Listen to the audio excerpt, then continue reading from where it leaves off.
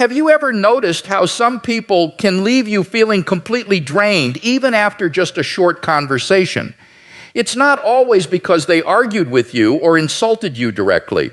Sometimes the damage is much quieter. Certain people slowly chip away at your confidence. They make you question your decisions, disturb your peace of mind, and over time you begin doubting yourself without even realizing why.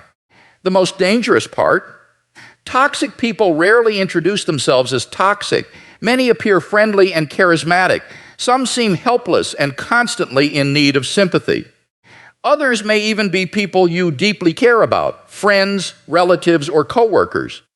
That's why recognizing harmful behavior can be so difficult. But once you understand the psychological patterns behind toxic behavior, you start seeing warning signs that were invisible before. And before this video ends, I'll share one surprisingly effective communication strategy, the gray rock method. It sounds almost too simple, yet many people find it useful for reducing unnecessary conflict with individuals who seek emotional reactions. Let's begin. Step 1. Recognize who is affecting your peace. This may sound obvious, but many people never intentionally identify the relationships that are consistently hurting them. Instead, they tell themselves things like, maybe I'm overreacting. They've always been like this.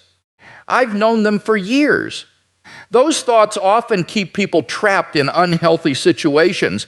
Take a notebook or a piece of paper and honestly think about the people who repeatedly leave you emotionally exhausted. Not everyone who frustrates you is toxic. Disagreements happen in every healthy relationship. The difference is repetition. Someone may deserve closer attention if they consistently ignore your boundaries, repeatedly disrespect you, or leave you feeling emotionally depleted after almost every interaction. Some people don't even need to be present to affect your mood. Simply seeing their name appear on your phone or thinking about meeting them can create anxiety or emotional fatigue. Other warning signs may include frequent manipulation, guilt-inducing behavior, denial of responsibility, or creating constant conflict around themselves. The goal isn't to label people carelessly. The goal is to recognize patterns that repeatedly damage your emotional well-being. If someone's behavior consistently leaves you feeling smaller, more anxious, or emotionally drained, it may be time to reconsider how much influence they have in your life. Your mental well-being deserves attention. So write those names down, not to judge them, but to gain clarity. Once you can clearly identify the relationships affecting your peace, you can begin making healthier decisions about them. 2. Limit your exposure. The next step isn't necessarily cutting everyone out of your life overnight. Real life is rarely that simple. Some difficult people are coworkers. Some are extended family members. Others may be connected to responsibilities you can't immediately walk away from. The objective isn't always complete separation. Instead, focus on reducing unnecessary interaction whenever possible. Every extra conversation, every avoidable argument, and every emotional confrontation gives certain people another opportunity to consume your energy. Start asking yourself, do I really need to stay in this conversation? Can this meeting be shorter? Do I have to respond immediately? Small boundaries often create surprisingly large changes over time. When you become more intentional about where your emotional energy goes, you also become more protective of your peace. And that's where real change begins. Step 2 continued. Create healthy distance. The goal isn't simply to avoid people. It's to protect your emotional energy in a realistic way. One effective approach is what many people call the fade-out strategy. Instead of suddenly disappearing from someone's life, you slowly reduce how much access they have to your time and attention. Why does this work? Because dramatic exits often create unnecessary conflict. A gradual change usually feels more natural and allows you to reclaim your space without turning every interaction into a confrontation. You might reply to messages a little later than usual. You may stop accepting every invitation. You can honestly explain that you're focusing more on work, your family, your health, or other priorities. Little by little, the relationship becomes less central to your daily life. The important thing is consistency. Every healthy boundary teaches other people what kind of treatment you will and will not accept. Whether we realize it or not, our behavior often shows others what access they have to our time, attention, and emotional energy. If you're always available, people may assume you'll always remain available. But when you begin protecting your time, you also begin protecting your peace. Plan your time. Before you meet, sometimes distance isn't completely possible. Maybe it's a family gathering. Maybe it's a workplace meeting. Maybe it's an event you simply can't avoid. In those situations, preparation becomes your greatest advantage. Instead of showing up with no plan, decide in advance exactly how long you'll stay. Set a realistic ending time before you even arrive. If appropriate, let others know you have another commitment afterward. Making your departure feel natural rather than sudden. Having a clear exit plan reduces stress because you already know when the interaction will end. Another practical idea is to keep your transportation under your own control whenever possible. Driving yourself or arranging your own ride gives you the freedom to leave if the environment becomes emotionally overwhelming. If you're attending with someone you trust, it can also help to agree beforehand on a simple signal or phrase that means it's time to go. Planning ahead isn't about being rude, it's about respecting your own emotional limits. Step 3. The gray rock method now. Let's talk about one of the most well-known techniques for handling difficult personalities. It's called the gray rock method. The idea is surprisingly simple. Imagine an ordinary gray rock lying on the ground. It's plain, it doesn't attract attention, it doesn't invite interaction, it doesn't react. When dealing with someone who constantly seeks drama, conflict, or emotional reactions, the goal is to become just as emotionally uninteresting. That doesn't mean becoming cold or disrespectful. It simply means refusing to provide the emotional response they're hoping to provoke. Many manipulative people thrive on strong reactions, whether that's anger, defensiveness, frustration, or endless explanations. When those reactions disappear, the interaction often becomes far less rewarding for them. Instead of fueling unnecessary conflict, you remain calm, brief, and emotionally neutral. And over time, many people who seek constant drama begin looking elsewhere for the reactions they can no longer get from you. Master the gray rock method. The purpose of the gray rock method is surprisingly straightforward. You're not trying to win an argument. You're not trying to change the other person.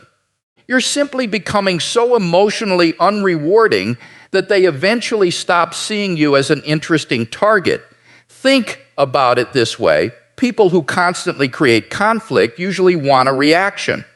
They feed off surprise, frustration, anger, or emotional debates. When those reactions disappear, so does much of their motivation. So how do you practice it? Keep your replies brief. Simple responses are often enough. I understand. Okay, that's your opinion. Noted. There's no need to defend every decision or explain every thought. The less emotional fuel you provide, the less there is to keep the conflict alive. Another important principle is emotional neutrality. When someone tries to provoke you, pause before reacting. Don't match their intensity.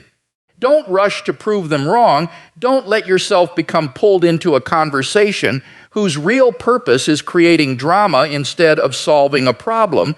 Imagine a smooth stone resting quietly on the ground. It doesn't argue. It doesn't compete. It simply exists. That's the mindset you're aiming for. Calm, steady, unshaken. Break the cycle of emotional triggers. Of course, this isn't always easy. The people who know us best often know exactly which buttons to press. Family members, old friends, long-term coworkers, they've had years to learn what frustrates you.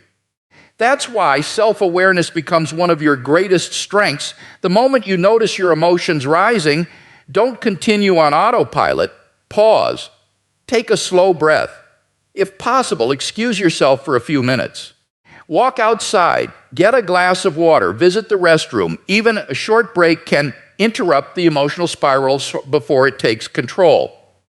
Creating a little distance allows your logical mind to catch up with your emotional response. Many people find this approach especially useful when dealing with individuals who constantly seek conflict, spread gossip, or leave others emotionally exhausted. When they stop receiving the dramatic reaction they're expecting, they often lose interest and redirect their attention elsewhere. The less emotionally available you are for unnecessary conflict, the more control you regain over your own peace. Step 4, build boundaries that actually hold. Protecting yourself doesn't stop with recognizing difficult behavior. Eventually, you have to establish boundaries, and more importantly, maintain them. For many people, this is the hardest step, especially if you've spent years trying to keep everyone happy. People pleasers often believe that saying no makes them selfish. In reality, healthy boundaries protect relationships by making expectations clear. A simple process can make this much easier. First, define your limits. Take time to identify what behaviors you're no longer willing to accept. What conversations drain you? What requests always leave you feeling resentful? What situations repeatedly damage your emotional well-being? Writing these answers down forces you to become specific instead of relying on vague feelings. Second, communicate those limits clearly.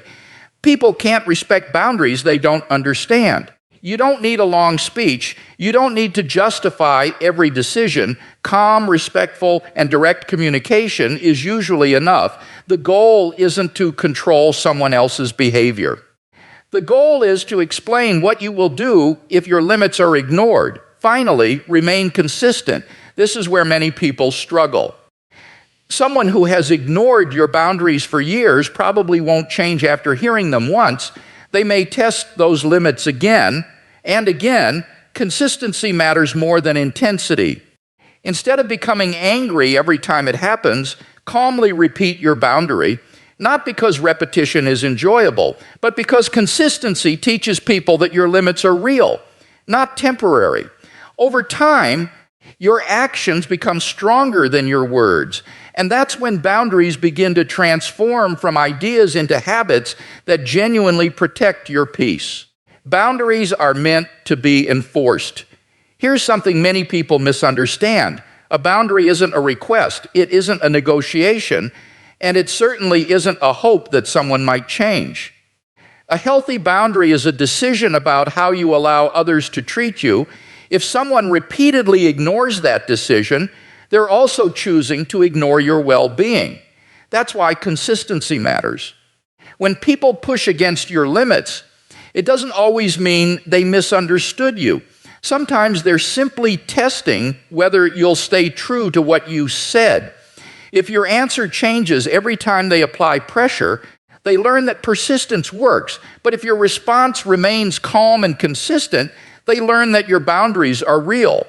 Respond without being pulled into the drama. Imagine someone says, "You never have time for me anymore.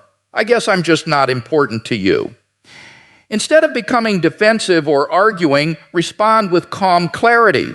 You might say something like, "I've been making more time for my own well-being lately. It isn't about pushing people away. It's about taking better care of myself." Notice what's happening.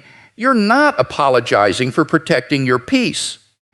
You're not attacking the other person. You're simply restating the boundary without turning it into an argument. That's an important difference. Don't reward gossip with information. Another common situation is when someone constantly tries to pull you into drama. Maybe they ask personal questions about your relationship. Maybe they're hoping you'll criticize someone behind their back. Instead of feeling pressured to explain everything, you can simply say, "I'd rather keep that part of my life private," or I'm choosing not to discuss that. You don't owe anyone intimate details simply because they asked. Privacy is not secrecy. It's a healthy form of self-respect. The more consistently you protect your personal life, the more difficult it becomes for others to use your words against you. Stay confident in your choices. Some people always seem to have an opinion about how you should live. They question your career, your relationships, your lifestyle, your decisions. No matter what you choose, they somehow believe they know better. You don't have to convince them. A calm response such as, "I'm comfortable with the decision I've made, and I'm not looking to debate it," is often enough. Notice that you're not trying to win approval. You're simply refusing to turn your life into a public discussion. When you stop defending every decision, you also stop giving criticism unnecessary power over your confidence. Remember, boundaries aren't enforced through louder voices. They're enforced through consistent actions. Every time you calmly uphold one, you strengthen your self-respect. Step 5, know when it's time to walk away. Healthy relationships can survive disagreement. They can survive difficult conversations. They can even survive mistakes when both people are willing to grow. But not every relationship is healthy. Sometimes, despite your best efforts, you've communicated clearly, you've reduced unnecessary contact, you've stayed calm, you've reinforced your boundaries again and again, yet nothing changes. The manipulation continues.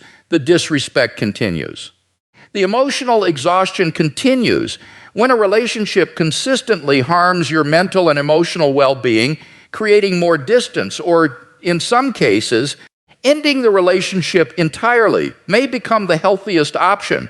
Walking away isn't always easy, especially when history, family ties, or shared responsibilities are involved. But protecting your peace is not an act of cruelty, it's an act of self-respect. Because no relationship should require you to sacrifice your emotional health just to keep someone else comfortable. Step 5. Know when walking away is the healthiest choice. Sometimes boundaries are enough. Sometimes creating distance changes everything. But there are situations where neither approach works. Some relationships remain harmful no matter how patient, understanding, or forgiving you try to be. When someone repeatedly manipulates you, ignores your limits, or leaves you emotionally exhausted despite every effort you've made, it may be time to consider something much more difficult, stepping away completely. This is never an easy decision. It becomes even harder when the person is someone you've known for years or someone related to you. Many people believe family connections should be protected at all costs. But healthy relationships are built on mutual respect, not shared DNA alone. Some people have experienced years of emotional abuse, constant manipulation, intimidation, or behavior that has deeply affected their mental well-being. Every situation is different. Only you know the full story of your relationship. If someone's presence consistently damages your emotional health, choosing distance isn't necessarily an act of anger. Sometimes it's an act of survival. If creating complete separation becomes necessary, you don't always need a lengthy explanation or a dramatic farewell. Protecting yourself doesn't require winning an argument. Not everyone will understand your decision, and not everyone has to. You may choose to limit communication, reduce access to your personal life, or, when appropriate, end contact altogether. The purpose isn't revenge. The purpose is creating an environment where healing becomes possible. Remember this: protecting your peace is not selfish, it's responsible. Step 6, build a life that protects your energy. Creating distance from unhealthy relationships is only half the journey. The next step is deciding what you want to invite into your life instead. Because removing negativity creates space, but it's up to you to decide what fills that space. Look for people who encourage growth rather than fear, people who celebrate your progress instead of competing with it, people who respect your boundaries without making you feel guilty for having them. Take another sheet of paper. This time, don't write down the people who drain you. Write down the qualities of the people you hope to surround yourself with.